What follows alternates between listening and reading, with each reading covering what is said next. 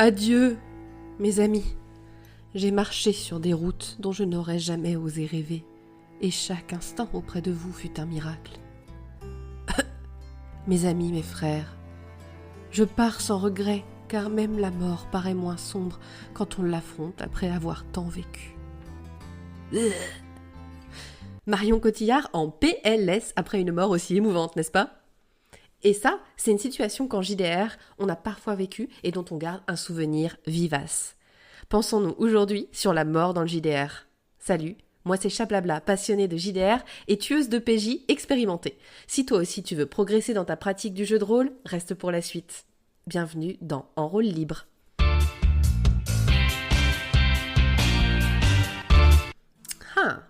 Quel vaste sujet que la mort dans le jeu de rôle.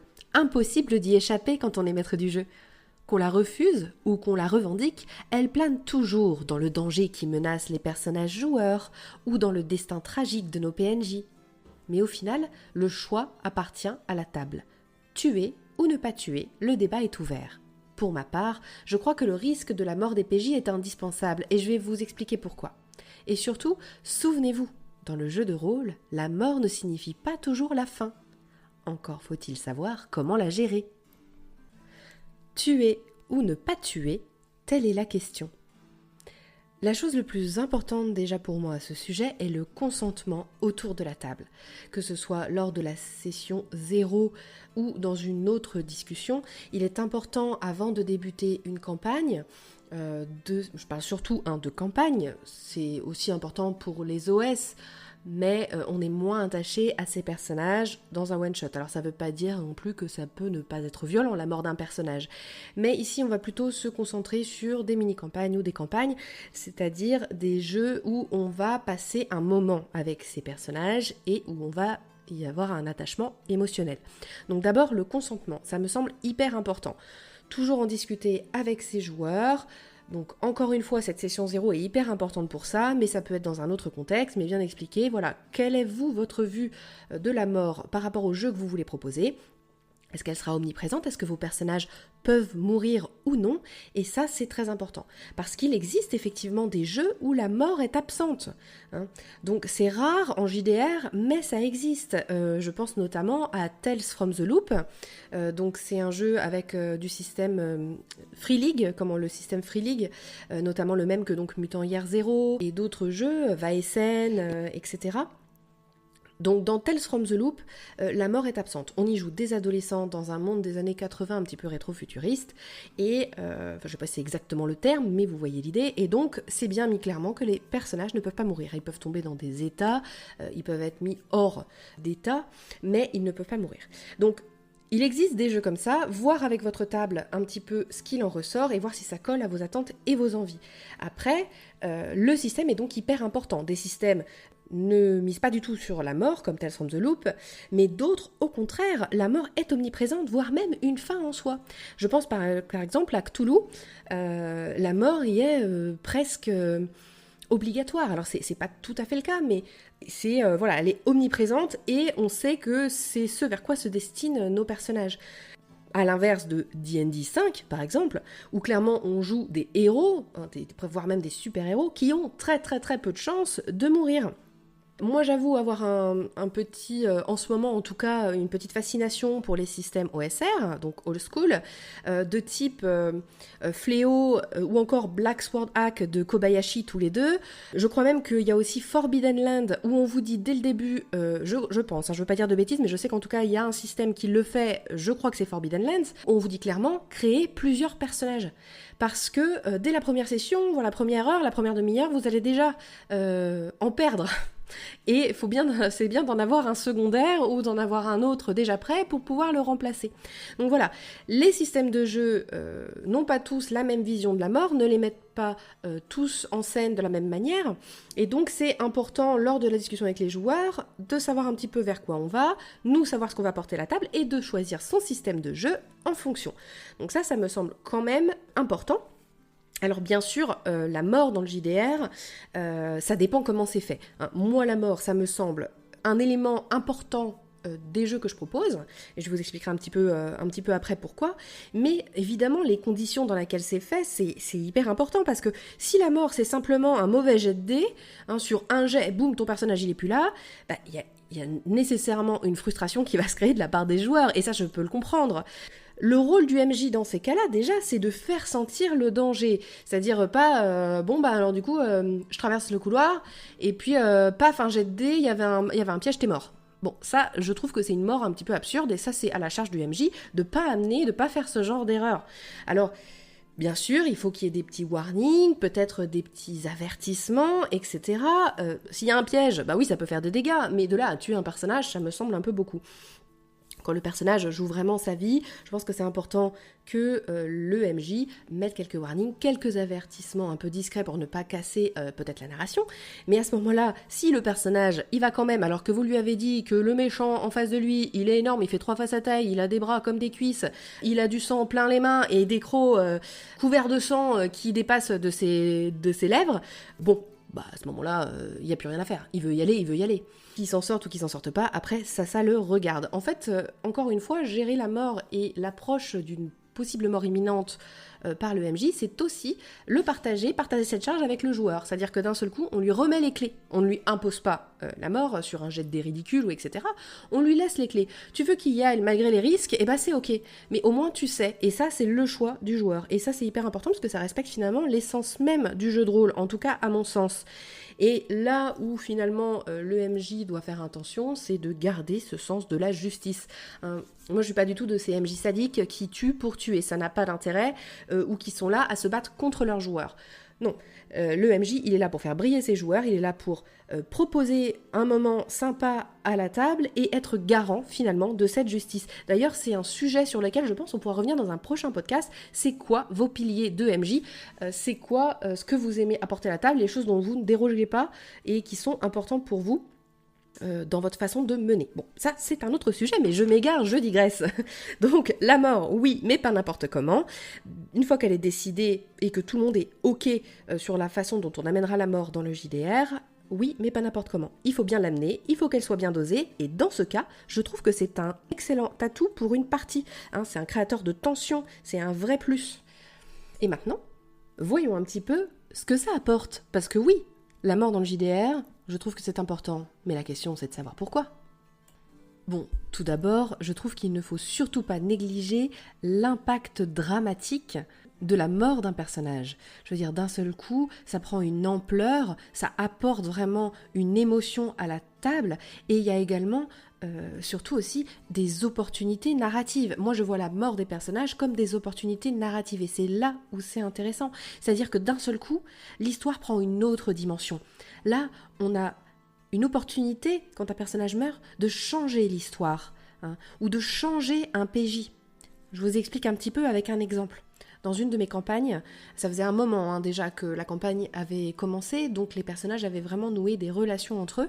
Le personnage de Myria donc s'est sacrifié pour le reste du groupe. Alors, si vous voulez la petite histoire, j'avais été un petit peu sadique à ce moment-là, mais il s'était retrouvé dans un monde médiéval fantasy avec une espèce d'apocalypse zombie, en fait, dans un village, avec quelqu'un qui avait fait des expériences, et le village s'était retrouvé complètement transformé en zombie. Les personnages joueurs s'étaient retrouvés pris dans ce village, coincés avec d'autres PNJ, et ils avaient réussi à aller dans le laboratoire et à récupérer des fioles avec des antidotes. Il y en avait, j'avais jeté un dé pour savoir combien il y avait d'antidotes, je voulais laisser un peu d'aléatoire, et il y en avait pile poil le nombre où ils étaient. En fait, j'avais fait en sorte que soit il y en ait pile poil, soit il y en ait un petit peu plus, mais il y en avait au moins un par personnage, parce que je voulais pas non plus imposer ça.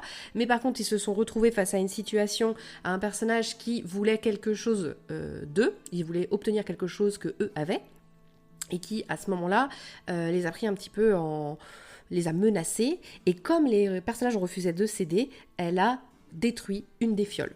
Donc, résultat, mes personnages joueurs se sont retrouvés avec assez de fioles pour sauver 3 d'entre eux alors qu'ils étaient 4. Donc là, un des personnages, donc là encore une opportunité narrative intéressante, mais je savais qu'un de mes personnages était condamné pour le coup. Et mes personnages joueurs le savaient aussi.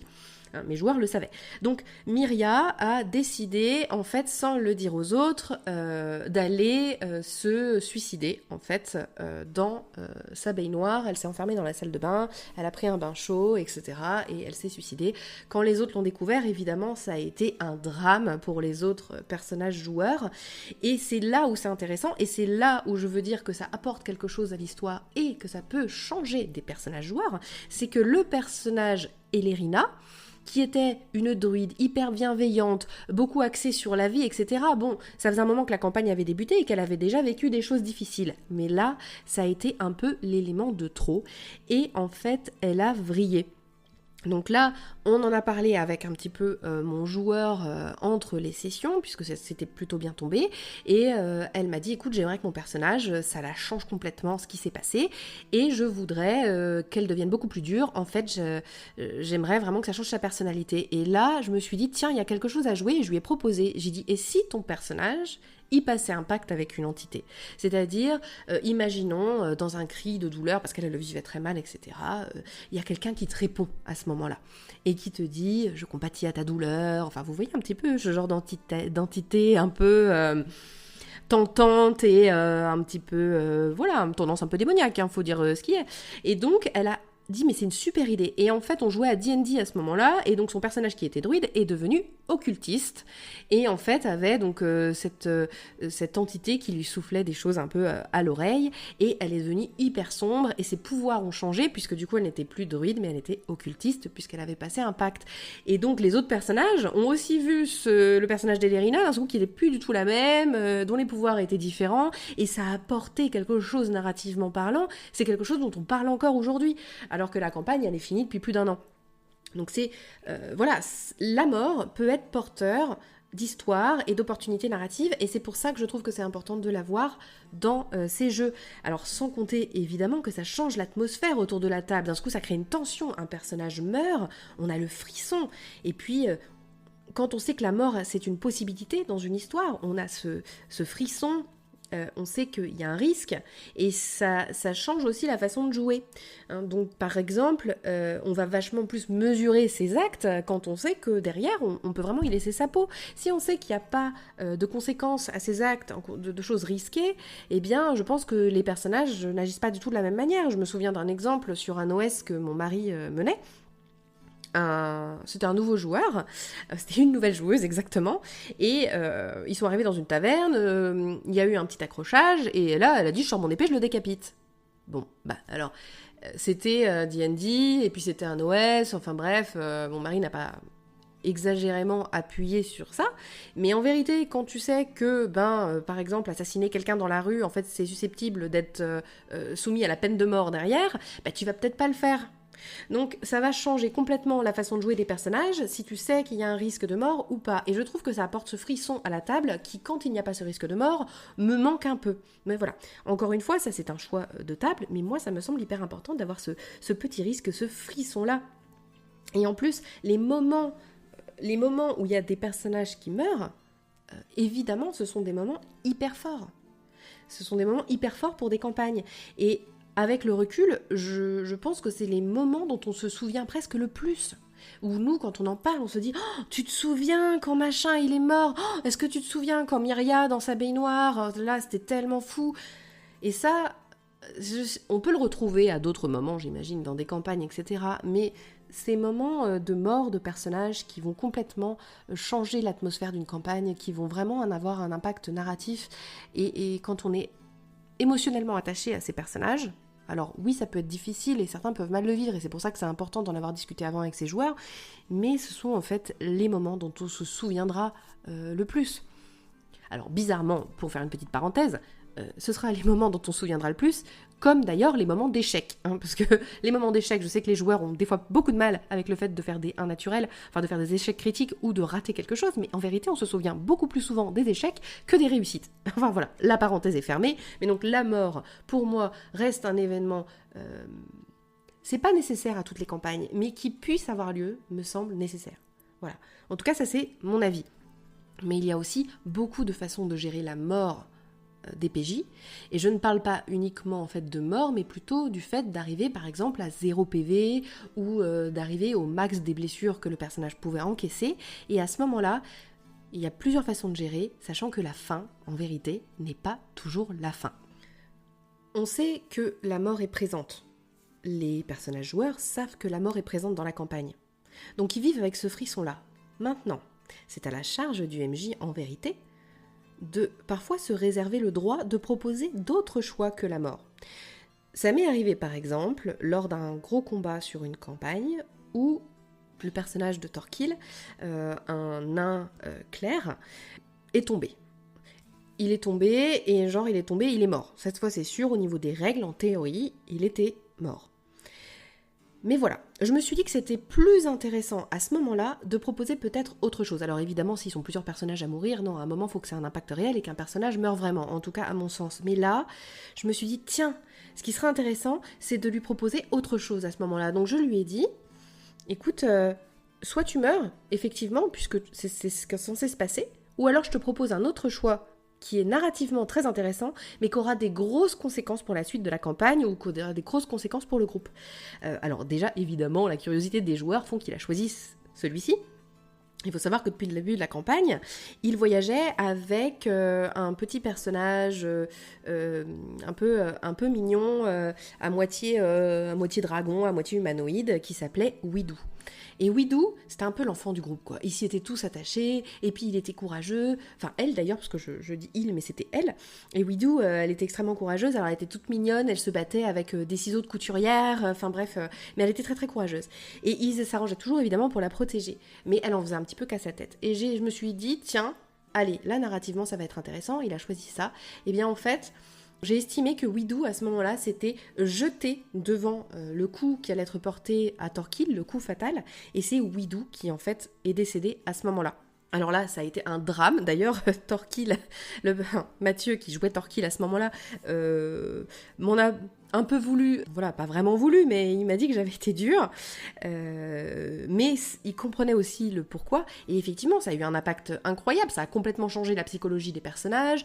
D'un seul coup, on leur laisse aussi un petit peu la charge au PJ de gérer ce moment hyper intense émotionnellement. Et là, il faut leur laisser les clés de voir comment ils réagissent, comment ça les impacte, ce qu'ils veulent faire finalement de ça. Là, encore une fois, on est vraiment pour moi dans le JDR, puisque on travaille avec les joueurs, on leur laisse les clés, on les met face à un choix.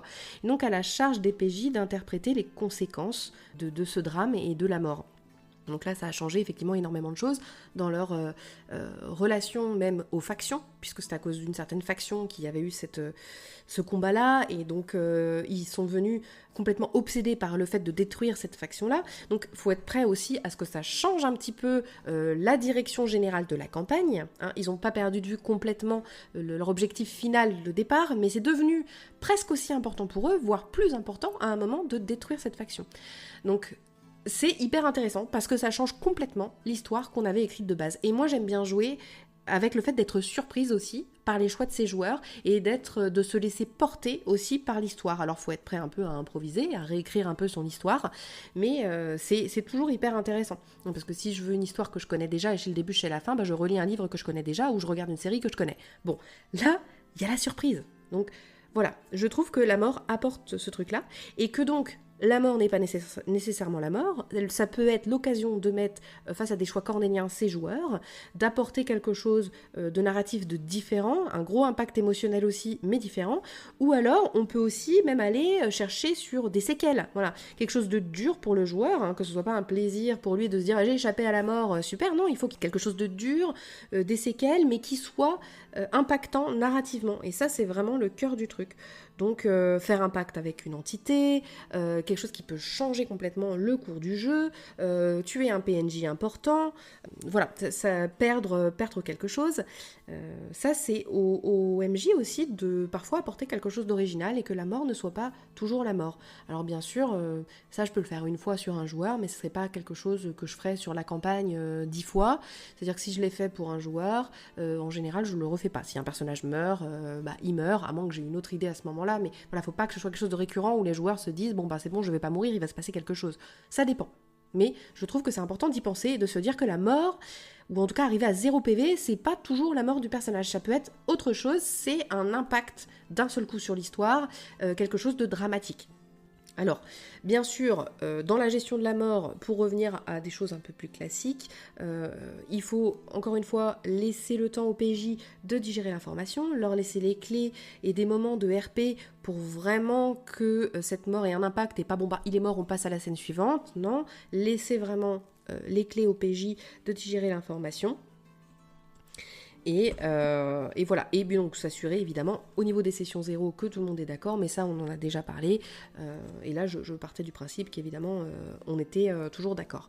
Alors je reviens simplement sur les mises en garde aussi dans la façon de gérer la mort, donc quand je vous dis que je mets des fois mes personnages en garde, par exemple sur quand il y a un ennemi très très fort, ou voilà, on le laisse sentir à travers les images qu'on évoque pour les joueurs, ou on le laisse sentir dans l'atmosphère, enfin voilà, que les joueurs sachent s'ils sont face à un tout petit truc qu'ils peuvent y aller à peu près sans risque, voilà, mais c'est important de leur laisser le choix et pas de les mettre devant le fait accompli. Et parfois, j'avoue, alors ça, vous serez plus ou moins d'accord, je suis ouverte au débat et je comprends parfaitement. Moi, je suis quelqu'un qui communique beaucoup avec ses joueurs et, alors je leur laisse beaucoup de surprises, c'est pas ça, mais parfois, ça m'est arrivé de le dire carrément en HRP et de dire, alors là, les gars, ça m'est arrivé encore la semaine dernière, c'est pour ça que je vous en parle, de dire, bon, alors là, j'ai pensé à un donjon, vous êtes dedans, je vous avoue que je suis pas certaine que vous en sortiez tous vivants. Voilà, c'est vraiment un donjon que j'ai pensé difficile. En même temps, sur la porte du donjon, c'était marqué genre vous trouverez toutes les réponses, mais par contre vous en sortirez pas vivants. Ils y sont allés quand même. Je veux dire, les warnings étaient là, l'avertissement était là. Mais je l'ai quand même dit parce que je voulais que mes joueurs soient quand même préparés à l'impact. En plus, j'avais été un petit peu sadique, j'avoue, à ce niveau-là, parce que à l'entrée du donjon, qui était un peu technico-magique, parce que c'était le tombeau d'un inventeur, en fait, la première salle switchait les âmes des personnages. C'est-à-dire que d'un seul coup, ils se retrouvaient dans le corps d'un des autres personnages. Donc, je leur avais carrément dit, bon, bah maintenant, toi, tu prends la fiche d'un tel, et toi, tu prends la fiche d'un tel, et ils ont joué, ils étaient dans la peau des autres personnages joueurs. Ce qui fait qu'ils avaient cette angoisse de savoir qu'ils pouvaient mourir, et qu'en plus, ça se trouve, ils allaient faire tuer le corps d'un personnage qui n'était pas le leur. Et donc, qu'est-ce qui se passe à ce moment-là au retour ? Est-ce que c'est l'âme du personnage qui est dedans qui meurt ? Est-ce que c'est le corps qui meurt ? Et donc, ils étaient vachement plus prudents que ce qu'ils étaient d'habitude parce qu'ils portaient un peu le poids, la charge d'être responsable du corps d'un autre. Enfin, vous voyez, c'était vachement drôle comme expérience, c'était pas mal du tout. Mais donc voilà, et encore une fois, ça a été permis aussi parce que la mort était une possibilité. Parce que sinon, tu fonces et puis tu testes les compétences des autres, c'est super, tu vas pouvoir découvrir d'autres compétences d'un autre personnage, d'une autre classe que tu ne joues pas. Sauf que, là, sachant que la mort est là, tu vas peut-être doser un peu plus. Voilà. Donc c'était assez rigolo. Donc voilà un petit peu ce que je pouvais dire sur, pour moi, la gestion de la mort dans le JDR. Comment vous la gérez ? Comment vous la recevez aussi, parfois, en tant que joueur ? Ça, c'est important, parce que je suis joueuse, mais assez peu. Alors, j'ai quand même déjà perdu des personnages, mais c'est intéressant de voir comment vous percevez cette notion de mort dans le JDR, comment vous la mettez en place, comment vous la recevez, comment vous la donnez. Et je suis à l'écoute. En tout cas, merci d'avoir écouté ce podcast jusqu'au bout, vous êtes drôlement courageux et n'hésitez pas à me faire vos retours sur des possibles futurs sujets ou sur votre expérience ou simplement me donner des conseils, je suis réceptive. En tout cas, à très bientôt et on se retrouve très vite sur En Rôle Libre.